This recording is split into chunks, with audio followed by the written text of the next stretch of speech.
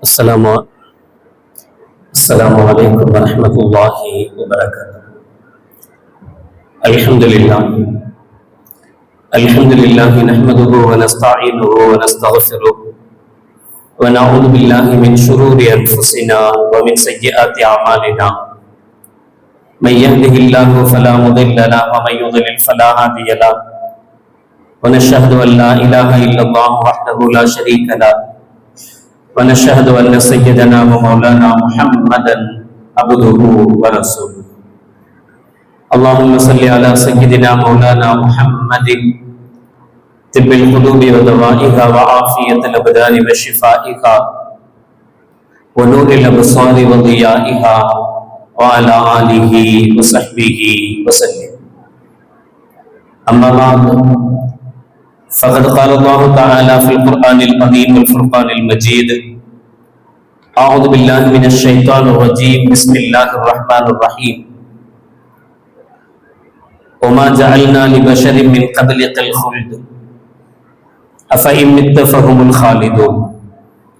كل نفس ذائقة الموت ولنبلونكم بالشر والخير فتنة وإلينا ترجعون. أن رسول الله صلى الله عليه وسلم استعاذ من 7 موتات: موت الفجأة، ومن اللدغ الحية، ومن السبع، ومن الحرق، ومن الغرق، ومن أن يخر على شيء أو يخر عليه شيء، ومن القتل عند فرار الزهف، أو كما قال عليه الصلاة والسلام. صدق الله العظيم وصدق رسوله النبي الكريم. سبحانك لا علم لنا إلا ما علمتنا إنك أنت العليم الحكيم. رب اشرح لي صدري ويسر لي أمري واحلل عقدة من لساني يفقهوا قولي. إن أريد إلا الإصلاح ما استطعت وما توفيقي إلا بالله. புகழனைத்தும் அல்லாஹ் ஒருவனுக்கு உரித்தாகட்டுமாக. ஸலாத் என்னும் கருணையும் சலாம் என்னும் ஈடேற்றமும் ஈருலக சர்தார் எம்பெருமானார் ரசூலை கரீம் ஸல்லல்லாஹு அலைஹி வஸல்லம் அவர்கள் மீதும் அவர்களுடைய அடிச்சுவடுகளை கடுகளவும் பிசகாது வாழ்ந்து வந்த உத்தம சத்திய சஹாபாக்கள், தாபிஈன்கள், தபா தாபிஈன்கள், நபிமார்கள், வலிமார்கள், ஷஹீதுகள் மற்றும் நம் அனைவர்கள் மீதும் ஏனைய இஸ்லாமியர்கள் மீதும் என்றென்றும் நிலவட்டுமாக. ஆமீன். பெருமிற்கும் பெருமதிப்பிற்கும் உரிய பெரியோர்களே, அல்லாஹ் நல்லடியார்களே, அல்லாஹ் ஜல்ல ஷானஹு வ தஆலா சூரா ஆல இம்ரான் 3வது அத்தியாயத்தில் 185வது திருவசனத்தில் சொல்வார்: குல்லு நஃப்ஸின் ஸாயிகத்துல் மௌத். ஒவ்வொரு ஆன்மாவும் மரணத்தை சுவைத்தே தீரும். வ இன்னமா துவஃபௌன உஜூரக்கும் யௌமல் கியாமா. அதற்கு பிறகு உலகத்தில் நாம் செய்த நல்லதற்கும் தீயதற்கும் கூலியை நாளை மறுமையில் அல்லாஹ் ஜல்ல ஷானஹு வ தஆலா நிறைவேற்றுவார். ஃபமன் ஸுஹ்ஸிஹ அனின் நார் வ உத்கிலல் ஜன்னah ஃபகத் ஃபாஸ். யார் நரகத்திலிருந்து பாதுகாக்கப்பட்டு சொர்க்கத்துக்குள் நுழைவிக்கப்படுகிறார்களோ அவர்கள் வெற்றியாளர்கள். வமல் ஹயாத்துத் துன்யா இல்லா மதாஉல் குரூர்.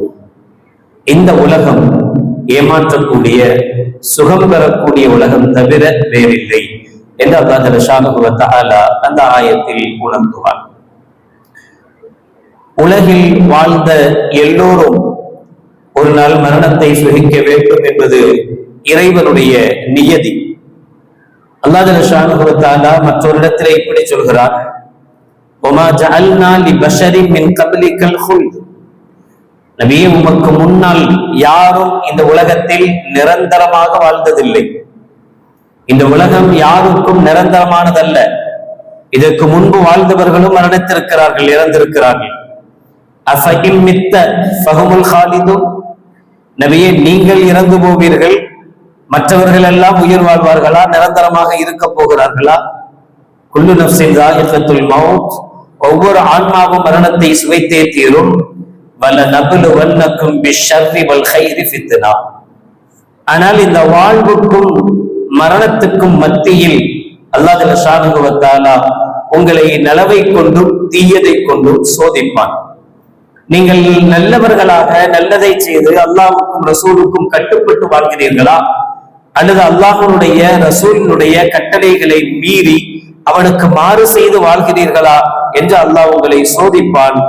இலைனா துர்ஜஊன், பிறகு மீண்டும் ஒரு நாள் நம் பக்கமே நீங்கள் மீட்டப்படுவீர்கள் என்று அல்லாஹ் ஜல்ல ஷானஹு வ தஆலா இதற்கு முன்பு யாரும் நிரந்தரமாக இவ்வுலகத்தில் வாழ்ந்தவர்களும் இல்லை, இனி நிரந்தரமாக இவ்வுலகத்தில் இருக்க போவதும் இல்லை என்பதை மிக ஆணித்தரமாக அல்லாஹ் ஜல்ல ஷானஹு வ தஆலா சுட்டி காட்டுவார். மரணம் இயல்பு, அது வந்தே தீரும். அதை சுகிக்காமல் அதை சந்திக்காமல் யாரும் இருக்க முடியாது என்பதெல்லாம் ஏற்றுக்கொள்ளப்படத்தக்க விஷயமாக இருந்தாலும், திடீர் மரணங்களை விட்டு கண்மணி நாயகம் ரசூலுல்லாஹி ஸல்லல்லாஹு அலைஹி வஸல்லம் அவர்கள் பாதுகாப்பு தேடி இருக்கிறார்கள். அப்துல்லாஹ் பின் அம்ர் ரலியல்லாஹு தஆலா அன்ஹு அவர்கள் அறிவிப்பார்கள், அன்ன ரசூலுல்லாஹி ஸல்லல்லாஹு அலைஹி வஸல்லம் இஸ்தஆத மின் சபஇ மௌத்தாத்தின், 7 வகையான மரணங்களில் இருந்து நபிகள் நாயகம் ஸல்லல்லாஹு அலைஹி வஸல்லம் அவர்கள் அல்லாஹ்விடத்தில் பாதுகாப்பு தேடுவார்கள். மௌத்தில் ஃபுஜ்ஆ, திடீரென மௌத்தாவது, திடீர் மரணங்கள். ஒமில் நதுகில் ஹய்யா, பாம்பு கடியினால் விஷம் ஏறி மௌத்தாவது. ஒமினஸ் சபஅ, காட்டு வன விலங்குகளுடைய தாக்குதலினால் இறந்து போவது. ஒமினல் ஹர்த், தீயினால் கரிந்து இறந்து போவது. ஒமினல் கர்க், நீரில் மூழ்கி இறந்து போவது. ஒமின் ஐயஹுர்ர அலா ஷைஇன் அவ் யஹுர்ர அலைஹி ஷைஉன், நாம் எதன் மீதாவது விழுந்து அல்லது நம் மீது ஏதாவது விழுந்து இறந்து போவது. ஒமினல் கத்லி இந்த ஃபிராரி ஸஹஃப், பயங்கரமான போருடைய நேரத்தில் புறமுதுகிட்டு ஓடுவதன் மூலமாக கொலை செய்யப்படுவது. இந்த 7 விதமான மரணங்களிலிருந்து கண்மணி நாயகம் ரசூலுல்லாஹி ஸல்லல்லாஹு அலைஹி வஸல்லம் அவர்கள் அல்லாஹ்விடத்தில் பாதுகாவல் தேடக்கூடியவர்களாக இருந்தார்கள் என அப்துல்லாஹ் பின் அம்ர் ரலியல்லாஹு தஆலா அன்ஹு அவர்கள் அறிவிக்கிறார்கள். இவைகள் பாதுகாப்பு தேடப்பட வேண்டியவைகள். இது மாதிரியான சம்பவங்கள், மரணங்கள் நமக்கோ பிறருக்கோ வாய்க்க கூடாது. அதிலிருந்து அல்லாஹ்விடத்தில் பாதுகாப்பு தேட வேண்டும். எவ்வளவுதான் நாம் பாதுகாப்பாக, அல்லாஹ் சொல்வதை போல, நீங்கள் இரும்பு கோட்டையில் இருந்தாலும் மௌத் உங்களை வந்தே தீரும், அதில் எந்த மாற்று கருத்தும் இல்லை. ஆனால் வரக்கூடிய மரணம், வரக்கூடிய மௌத்து சலாமத்தான முறையில், நிம்மதியான முறையில் நாம் அல்லாஹ்வை பொருந்திக் கொண்டவர்களாக, அல்லாஹ் நம்மை பொருந்திக் கொண்டவர்களாக என்கிற நிலையில் ஏற்பட வேண்டும் என்பதை நபிகள் நாயகம் ரசூலுல்லாஹி ஸல்லல்லாஹு அலைஹி வஸல்லம் அவர்கள் கேட்டார்கள், நம்மை கேட்க சொன்னார்கள். நேற்று 12/6/2025 வியாழக்கிழமை அகமதாபாத்தில் இருந்து புறப்பட்ட 1:37க்கு புறப்பட்ட ஒரு விமானம், ஏர் இந்தியா விமானம், மிகப்பெரிய மோசமான கோர விபத்தில் சிக்கொண்டு 242 பேரில் 241 பேர் இறந்து போன நிகழ்வுகள். நேற்றிலிருந்து நம்முடைய ஒவ்வொருவருடைய மனதிலும் தீராத வடுவாக, காயமாக, யாரோ செத்து போனார்கள், யாரோ இறந்து போனார்கள், யாருக்கோ வந்தது என்று யாராலும் நினைத்து பார்க்க முடியாத அளவுக்கு ஏதோ நம் குடும்பத்தில் ஒருவரை இழந்ததை போல, நம்மில் ஒருவரை இழந்ததை போல ஒரு சிரமத்துக்கு, ஒரு கஷ்டத்துக்கு நாம் உள்ளாகிறோம். இது அல்லாஹ் ஜல்ல ஷானஹு வ தஆலா நமக்கு உணர்த்துகிற பெரும் பாடம்.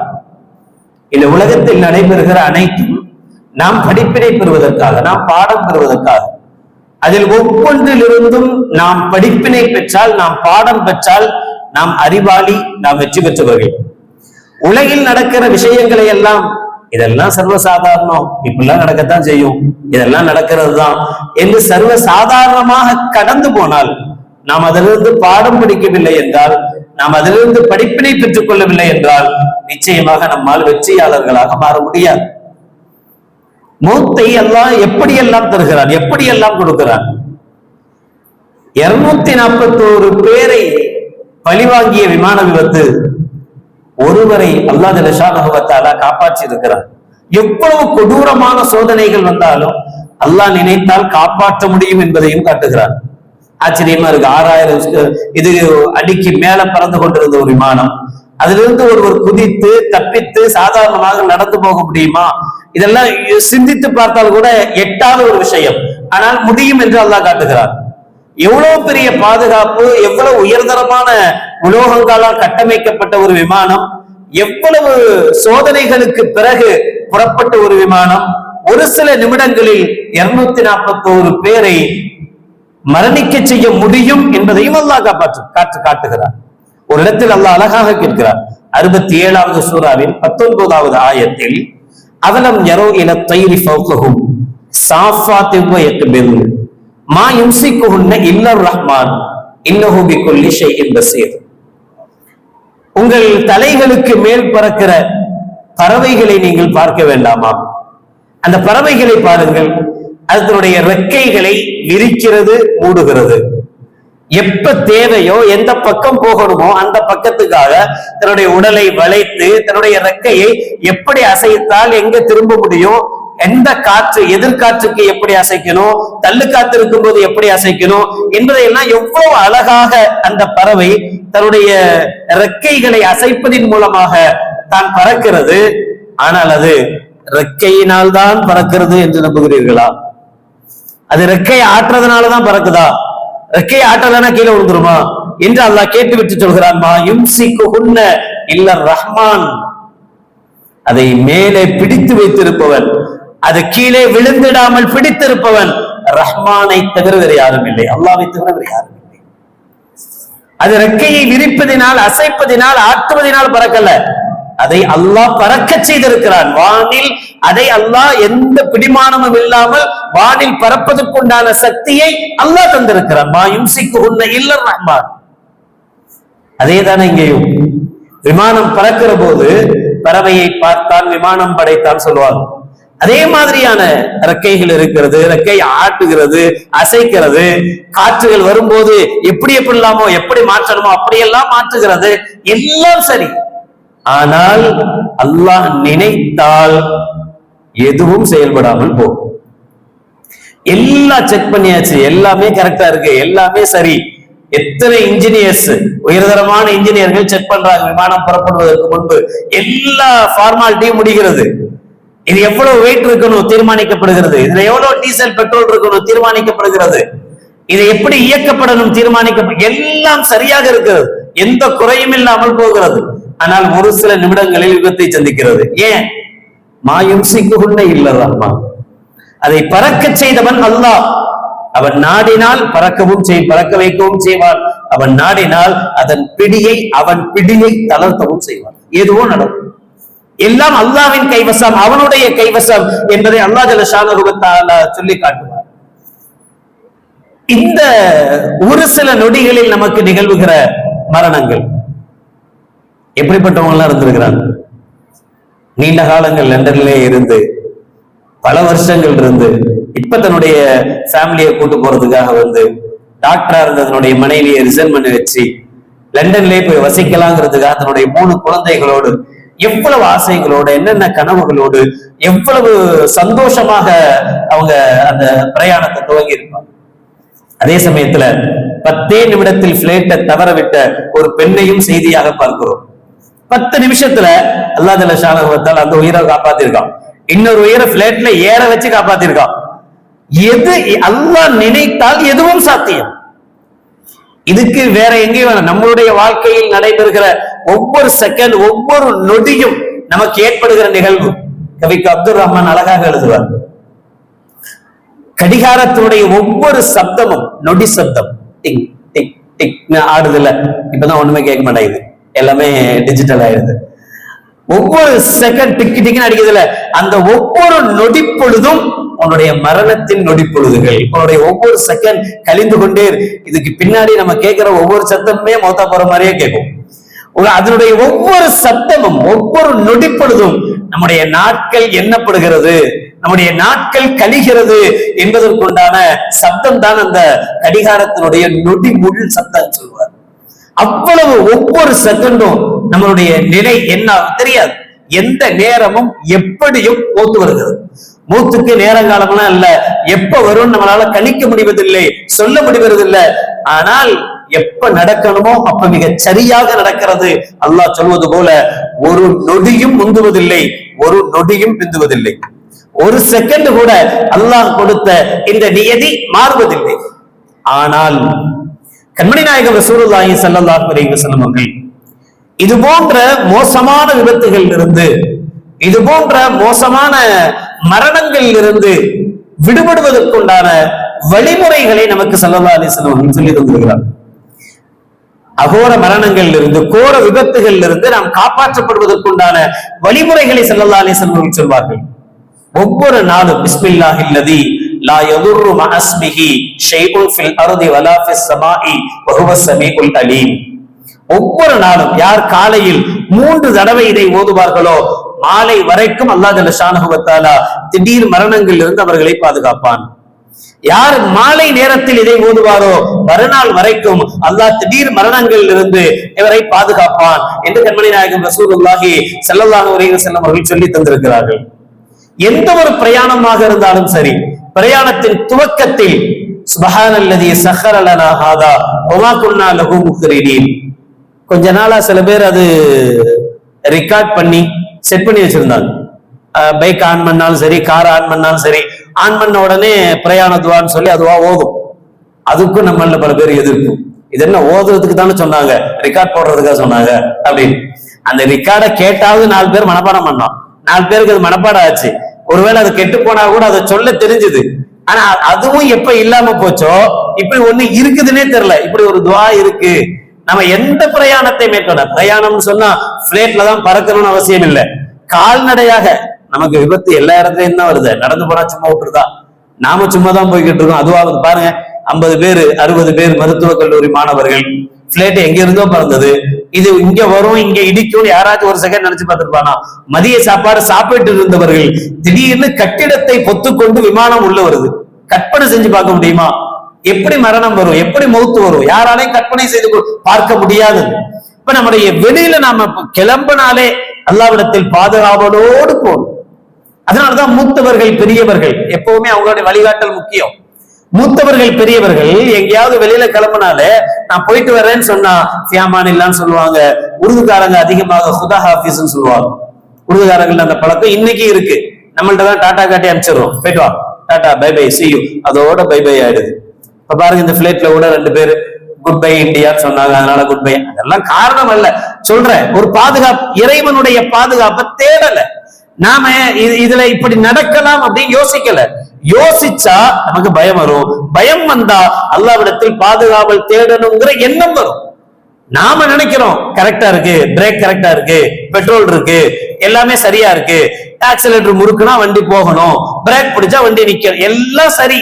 எதிரில் வரவும் பிரேக் பிடிக்கணும்ல, நம்ம கரெக்டா தான் பிரேக் பிடிக்கிறோம், நம்ம வண்டி எல்லாம் கரெக்டா தான் இருக்கு.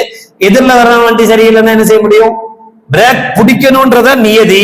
நாம போற ஸ்பீடுக்கு பிரேக்கே பிடிச்சாலும் கட்டை பிச்சுட்டு போயிடுது, பிரேக் கட்டை. என்ன செய்ய? அப்ப அல்லாஹ்வுடைய நாட்டம் இல்லாமல் நமக்கு பாதுகாப்பு இல்லை. அதனாலதான் கண்மணி நாயகம் ரசூலுல்லாஹி ஸல்லல்லாஹு அலைஹி வஸல்லம் அவர்கள் அந்த சமயங்கள்ல ஒவ்வொரு பிரயாணங்கள்லயும் நமக்கு சொல்லி கொடுத்தாங்க, சுப்ஹானல்லதி ஸஹர லனா ஹாதா. யா அல்லாஹ், இதை வசைப்படுத்தி தருந்தவன் நீதான். என்ன அர்த்தம்? நான் எப்பவுமே சொல்றது உண்டு, எந்த ஒரு அமலை செஞ்சாலும் என்ன செய்யணும்ன்றத புரிஞ்சு செய்யணும். அப்பதான் அதுல ஒரு டேஸ்ட் நமக்கு தெரியும். என்னன்னே தெரியாம சும்மா ஓதணும்னா அது வித்தியாசமா இருக்கும். சுப்ஹானல்லதி, அல்லாஹ் பரிசுத்தமானவன். ஸஹர லனா ஹாதா, இந்த வாகனத்தை, இந்த விஷயத்தை எனக்கு வசப்படுத்தி தந்தவன் அவன் தான். இது எனக்கு இதனுடைய கண்ட்ரோலை என்கிட்ட தந்திருக்கான். யாரு? அல்லாஹ். அல்லாஹ் தான் இத கண்ட்ரோலை என்கிட்ட தந்திருக்கான். அவன் நினைச்சா எப்ப வேணாலும் இது என்னுடைய கண்ட்ரோலை விட்டு போகலாம். அதான் அதுக்கு அர்த்தம். சுப்ஹானல்லதி ஸஹர லனா ஹாதா வமா குன்னா லஹு முக்ரினீன் வ இன்னா இலா ரப்பினா லமுன்கலிபூன். அல்லாஹ்ட்ட தான் போய் சேர போறோம் பொருள் கொண்ட அந்த துஆ. அப்ப இந்த நினைப்பு வரணும்ல. நம்ம எந்த ஒரு பிரயாணத்தை மேற்கொள்ளும் போதும் இந்த பிரயாணத்தை அல்லாஹ் தான் எனக்கு சாதகமாக்கி தந்திருக்கிறான், அல்லாஹ் தான் எனக்கு நல்லதாக்கி தந்திருக்கிறான். இது இல்லைன்னா, அவனுடைய பாதுகாப்பு இல்லைன்னா இதுல இருந்து எதுவும் கிடையாது.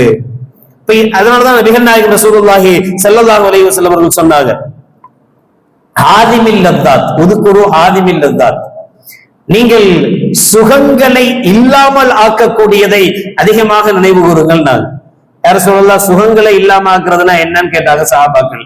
மௌத்துன்னு சொன்னாங்க ஸல்லல்லாஹு அலைஹி வஸல்லம். மரணம் வந்துச்சுன்னா அதுக்கப்புறம் எந்த சந்தோஷமும் கிடையாது, எந்த சந்தோஷமும் கிடையாது. நல்லவர்களுக்கு நல்லது உண்டு, அது அல்லாம அப்ப தண்ணி குடிக்கணும்னு முடியுமா, மாசா குடிக்கணும், எதுவுமே முடியாது. மௌத்துக்கு பிறகு லஸ்ஸத்துகளை அனுபவிக்க முடியாது. அதை அழிக்கக்கூடிய பவர் மௌத்துக்கு இருக்கிறது. எனவே அதிகமாக மரணத்தை நினைவு கூறுங்கள் என்றார்கள் நபிகள் நாயகம் ரசூலுல்லாஹி ஸல்லல்லாஹு அலைஹி வஸல்லம். இது போன்ற விபத்துகள் நமக்கு மரண சிந்தனையை அதிகப்படுத்தணும், மௌத்தினுடைய சிந்தனையை நமக்கு அதிகப்படுத்தணும். ஸல்லல்லாஹு அலைஹி வஸல்லம் அவர்கள் சொல்லுவாங்கல்ல, நான் ஒரு காலகட்டத்தில் ஒரு கட்டத்தில் கபருடைய ஜியாரத்தை, கபருக்கு செல்வதை நான் உங்களுக்கு தடை செய்திருந்தேன், இப்போது நான் அனுமதிக்கிறேன். ஏன்? அது உங்களுக்கு மௌத்தை ஞாபகப்படுத்தும். கபருக்கு போகணும், ஜியாரத்து செய்யணும். ஏன்? அந்த ஜியாரத்து என்ன செய்யும்? நமக்கு மௌத்தை அதிகப்படுத்தும். நேற்று வரைக்கும் என் கூட இருந்தவர் தானே, இன்னைக்கு இதோ அடுத்த செகண்ட் இப்படி ஆயிட்டாரு, அப்ப நாளைக்கு எனக்கும் இதுதானே, என்னுடைய நிலைமை இதுதானே.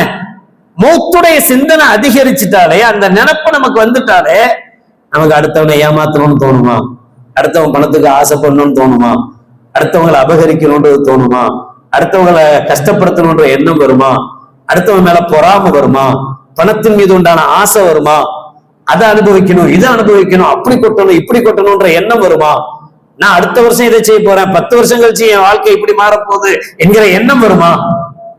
இதெல்லாம் எப்ப வருது? நான் நாளைக்கு உயிரோட இருப்பேங்கிற நினப்பு பண்ற வேலை.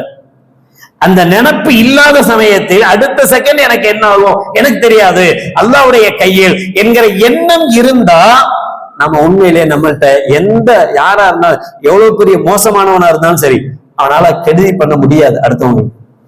அடுத்தவனுக்கு துரோகம் செய்ய மனசு வராது, அடுத்தவனுக்கு கெடுக்கணும், அடுத்தவனுடைய வாழ்க்கையை எந்த எண்ணமும் ஒரு மனுஷனுக்கு ஏற்படாது. எப்ப? அவன்கிட்ட தன்னுடைய மரணம் பற்றிய சிந்தனை இருக்கணும், தன்னுடைய மௌத்து பற்றிய சிந்தனை இருக்கணும். என்னுடைய மரணம் எப்ப, என்னுடைய மௌத்து எப்ப எனக்கு தெரியாது, அடுத்த செகண்ட் வந்துடலாம், அடுத்த நேரம் வரலாம். இல்ல, அங்க போய் கயிறு கட்டினா நல்லாயிடும், இங்க போய் மந்திரிச்சு பார்த்தா 10 வருஷம் வாழலாமா, அவர்கிட்ட போனா இப்படி இருக்கலாமா, இல்ல என் நட்சத்திரம் இது, இந்த நட்சத்திரத்துக்குலாம் இப்ப மௌத்து வராதான், இன்னும் கொஞ்ச நாள் கழிச்சுதான் மௌத்து வருமா, என்னென்னலாமோ யோசிக்கணும்ல. அல்லாஹ் பாதுகாக்கட்டும். இந்த விபத்தில் பலியானவர் குஜராத்தினுடைய முன்னாள் முதல்வர் விஜய் ரூபானி, குஜராத்தினுடைய முன்னாள் முதல்வராக இருந்தவர். வாழுகிற காலத்தில் இப்படிப்பட்ட பேச்சை பேசியவர். இஸ்லாமியர்களுக்கு பல நாடுகள் இருக்கிறது, அவர்கள் வேண்டுமானால் எந்த நாட்டில் வேண்டுமானாலும் போய் வசிக்கலாம். அவங்க எதுக்கு இந்தியாலே இருக்கணும்னு நினைக்கிறாங்க? இந்தியால இருக்கணும்னா நாங்க சொல்ற மாதிரி இருங்க, இல்ல அப்படின்னா உங்களுக்கு இஸ்லாமிய நாடுகள் எவ்வளவு இருக்கு உலகத்துல, அங்க போய் வாழுங்க, உங்களை யாரு இங்க வாழ சொன்னா அப்படின்னு கேட்டவர் லண்டனுக்கு புறப்பட்ட சமயத்தில் இறந்து போயிருக்கிறார். அவருக்கு பிடித்தமான நம்பர், அவருடைய சொந்த வாகனங்கள் எல்லாத்துலயுமே 1206 இந்த நம்பர் தான் அவருடைய நம்பர் பிளேட்ல. எல்லா நம்பருக்கும், எல்லா கார்களுக்கும் இந்த நம்பர் வாங்கியிருக்கிறார். 12/6 12/6 தான் மொத்தம் போயிருக்கிறார். அவர் 12/6 ராசி நம்பரா நினைச்சு வாங்கி வச்சிருக்கிறார். 1206 தான் அவருடைய வாகனங்களுடைய பதிவு எண்கள். 1206ங்கிறது. ஆனா நேத்து 1206 தானே, 6வது மாசம் 12வது நாள். அப்ப நாம அவரு அந்த நம்பரை வாங்குறதுக்கு எத்தனை ஜோசியனை பார்த்திருப்பார், யார்ட்டெல்லாம் ஐடியா கேட்டிருப்பார். அவர் ஏதோ ஒரு ஜோசியம் தானே அவனுக்கு கணிச்சு கொடுத்திருப்பான், இதுதான் ஒரு ராசியான நம்பரு, இதை விட்டுறாத அப்படின்னு சொல்லியிருப்பான். ஆனா அதுலதான் அவருக்கு என்ன இருந்திருக்கு, வினயம் இருந்திருக்கு. அதனால இதெல்லாம் நம்மளுடைய மரணத்தை தடுக்கக்கூடிய சக்தி கிடையாது. இதெல்லாம் உலகம் நம்மளை ஏமாத்துது. இல்ல மத்தாவுல் குரூர், இது ஏமாற்றக்கூடிய உலகம். நம்ம இதுல ஏமாந்து போய் கிடக்கிறோம். நம்ம ஏமாறாம இருக்கிறவ யார்? இதுல நல்ல புத்தி சுவாதீனம் உள்ளவ, நல்ல சிந்தனைவாளி, நல்ல அறிவாளி உலகத்துல யார் தெரியுமா? யார் தன்னுடைய அடுத்த நொடி நான் இருக்க போவதில்லை என்று நினைக்கிறானோ அவன் தான் உண்மையான அறிவாளி உலகத்துல. நான் நாளைக்கு இதை செய்ய போறேன், நான் அடுத்த வருஷம் இதை எவன் நினைக்கிறானோ அவன் புத்திசாலி இல்லை, அவன் அறிவாளி இல்லை என்பது பொருள். அதைத்தான் நமக்கு முன்னால் இருக்கிற ஒவ்வொரு நிகழ்வுகளும் நமக்கு உணர்த்தி கொண்டே இருக்கிறது. நாம் பெற வேண்டிய பாடம் இதில் இருக்கிறது. மரணம் எந்த நேரமும் எந்த சமயமும் எப்பவும் வரும். அல்லாஹ் நாடினால் அது ஒரு நொடி பொழுதும் முந்தாது, ஒரு நொடி பொழுதும் பிந்தாது. வாழுகிற காலத்தில் எப்ப எவ்வளவு நாள் இருக்க போறோம்னு தெரியல. இதுக்கிடையில நமக்குள்ள மனக்கசப்புகளும் நமக்குள்ள சண்டை சச்சரவுகளும் நம்ம உறவுகளுக்குள்ளாக, அண்ணன் தம்பிகளுக்குள்ளாக, மாமா மச்சனுக்குள்ளாக, மத்த விஷயங்களுக்காக எல்லாம் இந்த பிரச்சனைகளும் சண்டைகளும் குரோதங்களும் இதெல்லாம் தேவையா? எவ்வளவு நாளைக்கு இந்த குரோதத்தால வாழ போறோம்? எவ்வளவு நாளைக்கு இந்த கஷ்டத்தோட இருக்க போறோம்? எவ்வளவு நாளைக்கு இந்த உலகத்துல நம்ம வாழ்ந்துட போறோம்? யாரை ஏமாத்தி யாரின் மூலம் யாருடைய பணத்தை நாம அபகரிச்சு எவ்வளவு காலத்துக்கு சந்தோஷத்தை வாழ்ந்துட போறோம்? ஒருவேளை நாம் வாழ்ந்தாலும் அந்த பாவம் நம்முடைய தலைமுறைகளை விட்டுறாது இல்லையா? நம்முடைய பிள்ளைகளை பாதிக்காதா? நம்முடைய பேர பிள்ளைகளை பாதிக்காதா? எனவே தயவு கூர்ந்து வாழுகிற காலத்தில் நாமும் அல்லாஹ்வுக்கு பயந்தவர்களாக நல்லவர்களாக வாழ வேண்டும், பிறருக்கும் நல்லது செய்பவர்களாக வாழ வேண்டும். குறைந்தபட்சம் அடுத்தவர்களுக்கு தீயது செய்யாத நல்லவர்களாகவாவது வாழ முற்பட வேண்டும். அல்லாஹ் ஜல்ல ஷானஹு வ தஆலா வாழுகிற காலமெல்லாம் அவனுடைய தக்வாவோடு வாழுகிற பாக்கியத்தை நம் அனைவர்களுக்கும் நசீபாக்குவானாக. இறையச்சத்தோடு வாழுகிற நசீபை நமக்கு தந்தல் முடிவானாக. மௌத்துடைய சிந்தனையோடு நம்மை அல்லாஹ் வாழச் செய்வானாக. யாருக்கும் நாம் கெடுதி செய்யாமல், யாரும் நமக்கு கெடுதி செய்யாமல் அல்லாஹ் பாதுகாத்தல் புரிவானாக. வாஹிரு தஅவானா அல்ஹம்துலில்லாஹி ரப்பில் ஆலமீன். அஸ்ஸலாமு அலைக்கும் வ ரஹ்மத்துல்லாஹி வ பரகாத்துஹு.